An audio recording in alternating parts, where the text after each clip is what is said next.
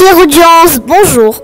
En premier lieu, nous tenons à exprimer notre profonde gratitude et nos sincères remerciements à vous, Monsieur Hanin et Madame Rabet, les chefs de notre école Pythagore Junior, Madame Mesmi, notre directrice pédagogique, notre grand professeur du français et notre enseignante Sarah pour votre engagement tout au long de notre projet de classe.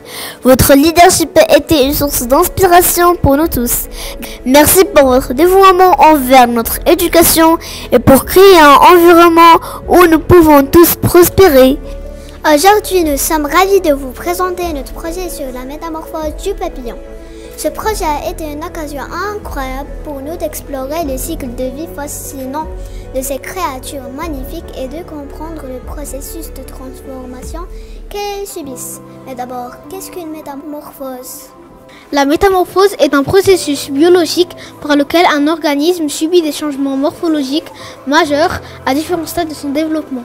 Elle est courante chez de nombreux groupes d'animaux, notamment les insectes, les amphibiens et certains crustacés. Elle peut impliquer des transformations spectaculaires telles que le passage d'une larve à un adulte complètement différent, comme c'est le cas chez les papillons. Le processus de la métamorphose permet au papillon de changer radicalement de forme et de fonction à mesure qu'il progresse dans son cycle de vie, depuis l'œuf jusqu'à l'adulte. Ce processus comprend plusieurs étapes distinctes: l'œuf, la chenille, la larve, la chrysalide ou le cocon, et enfin l'adulte. Le cycle de vie commence lorsque la femelle papillon pond des œufs sur une plante. L'œuf est généralement petit, souvent de forme ovale ou ronde. Sa taille et sa couleur varient selon l'espèce de papillon. Les œufs peuvent être déposés sur une plante spécifique où la chenille pourra se nourrir une fois éclos, ou peut être déposés dans un endroit plus général où la chenille va trouver sa propre source de nourriture une fois éclos.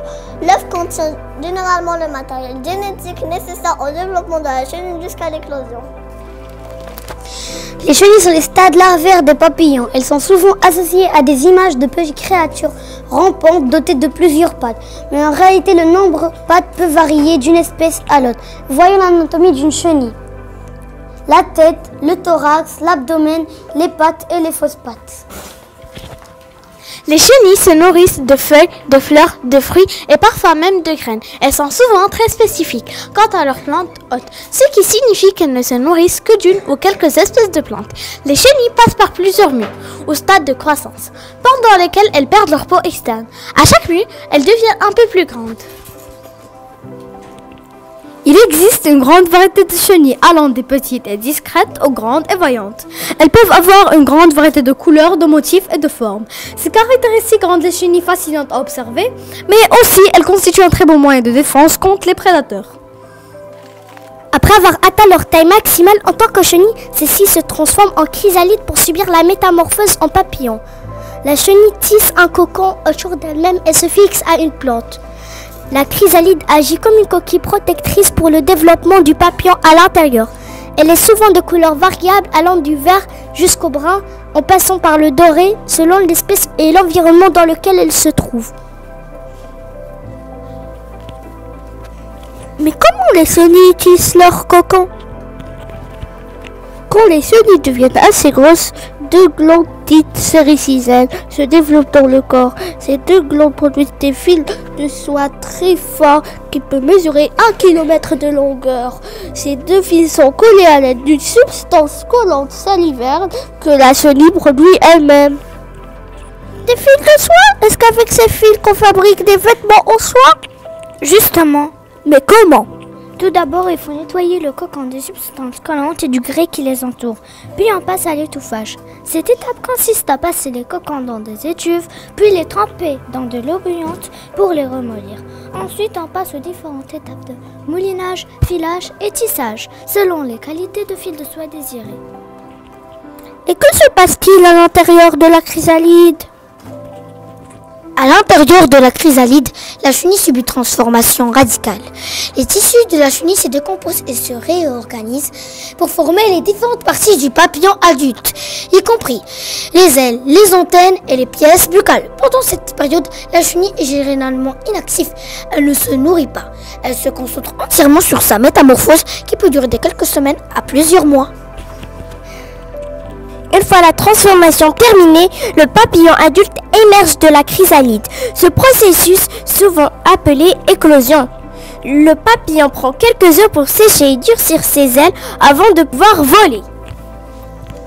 La chrysalide est un stade fascinant. Les papillons se nourrissent de nectar de fleurs grâce à leurs trempes enroulées. Il existe plus de 150 000 espèces de papillons dans le monde, chacun avec ses propres caractéristiques, couleurs et comportements. Les papillons sont présents dans presque tous les habitats terrestres, des tropiques aux régions polaires. Passons à l'anatomie du papillon. Le corps du papillon est divisé en 3 parties distinctes. La tête, le thorax et l'abdomen. La tête du papillon abrite les organes sensoriels essentiels tels que les antennes, les yeux composés et les pièces buccales. Les antennes sont souvent utilisées pour détecter les odeurs, les sons et d'autres stimuli environnementaux. Les yeux composés sont constitués de multifacettes et offrent une vision panoramique du monde environnant. Les pièces buccales du papillon sont généralement spécialisées en une structure enroulée appelée proboscis, utilisée pour aspirer le nectar des fleurs.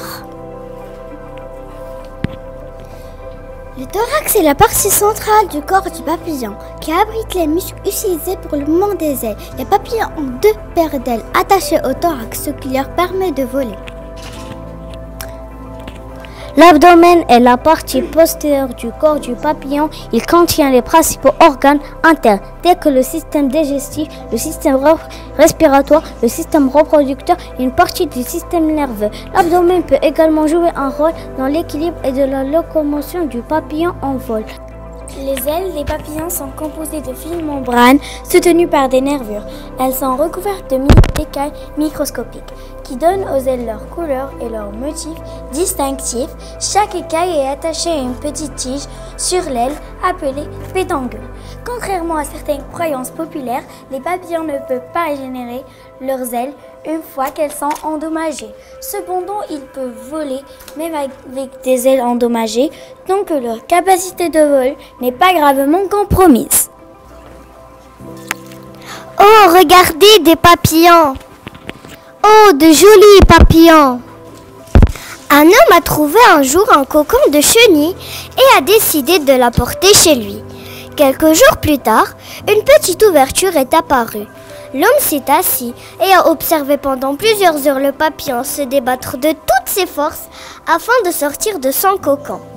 Au bout d'un certain temps, le papillon ne bougeait presque plus, comme s'il avait donné son maximum et qu'il n'avait plus rien à faire.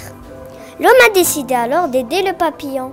Il a pris une paire de ciseaux et a coupé le reste du cocon.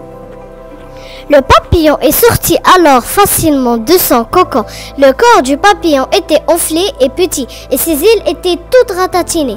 L'homme continuait d'observer le papillon et s'attendait à ce qu'il ouvre tout grand ses ailes et commence à voler. Mais rien de cela ne se passe. En fait, le papillon a passé le reste de sa vie à ramper avec son corps enflé et ses ailes déformées. Il n'a jamais été capable de voler. Ce que l'homme, avec sa gentillesse et son empressement, n'avait pas compris, c'est que la lutte que le papillon devait effectuer pour sortir de son cocon était essentielle à son développement. En luttant ainsi de toutes ses forces, les fluides de son corps se répartissent dans ses ailes et compte tenu du temps qu'il lui fallait pour crever son cocon par lui-même et déployer ses ailes, le papillon aurait été alors en mesure de voler et de se libérer une fois pour toutes de son cocon.